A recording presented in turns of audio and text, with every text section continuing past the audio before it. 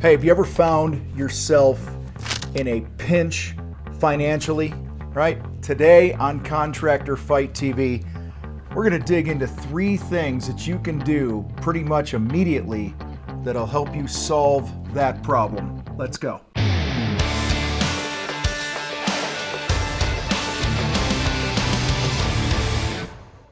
Lately, we've been getting many messages here in the fight about contractors who are extremely busy, but they are finding themselves with not having money coming in. And this is pretty common. Today we're going to talk about a few things that you can do to solve this problem. So I'm not talking today about, raising your prices and things like that. We've done a number of videos and content out there about making sure you're getting the right margins on your work, you're pricing your stuff correctly.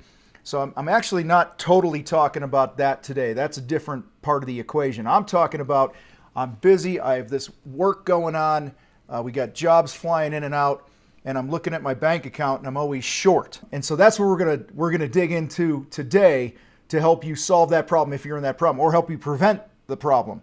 The number one thing I want to tell you to do today that you can do immediately is take 30 to 60 minutes and sit down and make sure you've invoiced everybody.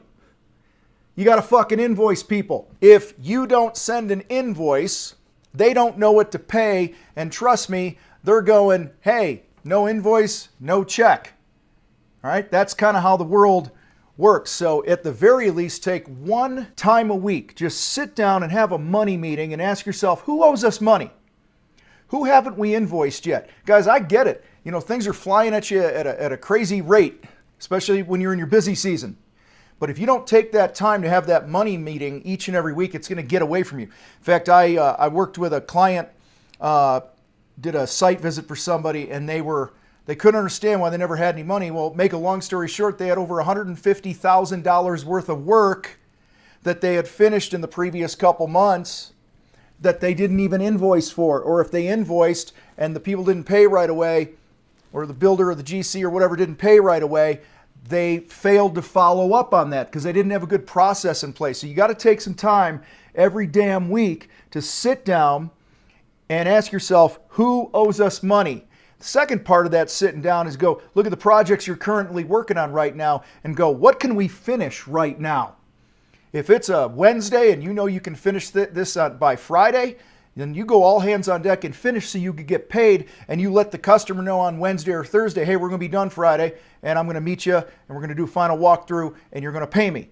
All right? So guys, if you're not invoicing, and some of you guys that don't have this problem are looking at this right now going, are you fucking kidding me, Tom? But guys, let me tell you, this is one of the most common issues that I see across the board with every type of contractor, is they don't have a good process or system in place to make sure they're getting paid. Along with this invoicing thing, guys, you got to stop spending money. A lot of you guys don't have any money because you keep spending money on projects where they haven't honored the payment terms. So if it's a longer project, if a multi-week project, and you got the deposit, and at this point of the project, you're supposed to get a second payment, and you don't, maybe you don't because you didn't invoice, that's your fucking fault.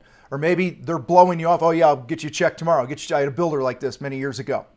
And one of the mistakes I made is I kept working on the project in good faith. And all you do is you keep spending, and you get into this hole that it's really hard to get out of. So guys, if you don't honor your own payment terms, nobody else will either. Other thing with invoicing here, and then we'll move on to the next thing, guys. I want to encourage you to max out the allowed deposit percentage you can do in your state. I think California, they only let you do 10%. Most of the people we work with, they live in states where they can do 50%. We encourage 50%. Guys, the beautiful thing about contracting is that you could grow your business with OPM. Okay? Not OPP, OPM. Other people's money. Meaning, if it's a $10,000 job and I priced it to get a 50% gross profit, that means it's cost me $5,000 to produce the job. So I'm going to get a $5,000 deposit.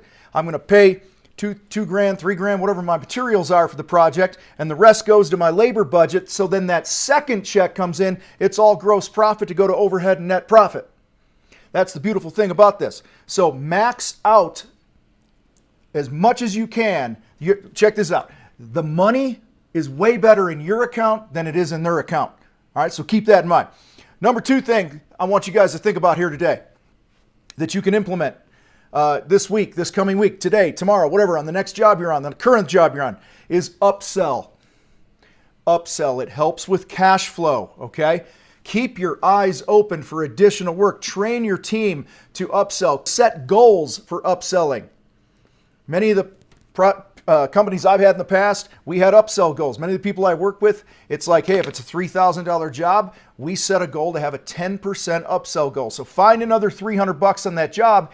But here's the thing, the policy with upsells, which will help cash flow coming in, is pay me now, okay? I encourage if it's an upsell and you're on a project, write a check now for the upsell. That's our upsell policy in our company.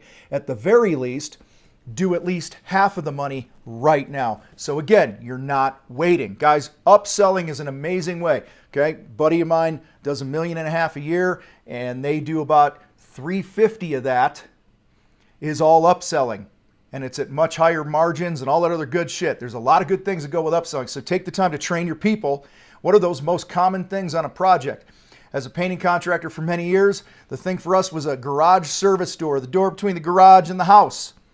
Okay, I think we were like $100 a door is what we'd charge to throw a couple coats on that thing while we're working on the job. That thing alone, you know, we had multiple crews out there, brought in $60,000 to $80,000 a year if we just sold one of those a day on each crew. So think about that. Upselling is a great way, but don't wait for your money on the upsells. Okay, they should pay the same deposit, at the very least, the same deposit they did for the original job for the upsell right now, so you are not waiting for your money. Third thing I want to talk about here today, if you are struggling having money right now, don't wait for the phone to ring in anything. Don't wait for the phone to ring for leads. Don't wait for the phone to ring for somebody to call you up and go, oh, hey, Tom, I owe you money. Time kills deals.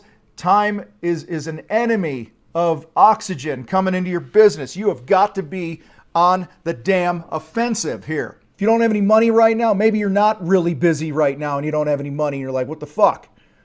Pick the phone up. Don't wait for the phone to ring. Call past clients. Respond quickly to every single lead that comes in. That's your only damn job. If you don't do that right and set the tone, they're going to call somebody else. Time and time and time again, I hear that guys are losing leads because they're just not responsive enough. All right, you don't have your website set up, or somebody will message you through your business page on Facebook, and it'll be 2 days, or it'll be 24 hours before you even fucking respond. Guys, 24 hours might as well be 24 damn days. So be on the offensive. Get urgent about bringing money in. Get urgent about getting oxygen for you and your business and your family. Too many of y'all are waiting. You think you're owed fucking something and that people should call you and just remember you. Past customers should remember you. They might have had a great relationship with you when you were on the job, but they're living their life. Things are happening. They're traveling. They're working. They have their own shit in their life. Trust me, if you are not on their radar consistently, they don't remember your name. They might remember that your name is the sales guy or the crew leader. Oh, yeah, it was some guy named Dave who did our house. All right? But most of them don't remember your damn company name if you're not email marketing and calling them and doing warranty visits and things that we teach here. So make no assumptions that they're just going to, next time they need something done or somebody asks them for a referral, that they're automatically going to think of you. Okay? You're not owed anything. No one owes you shit. Money is oxygen.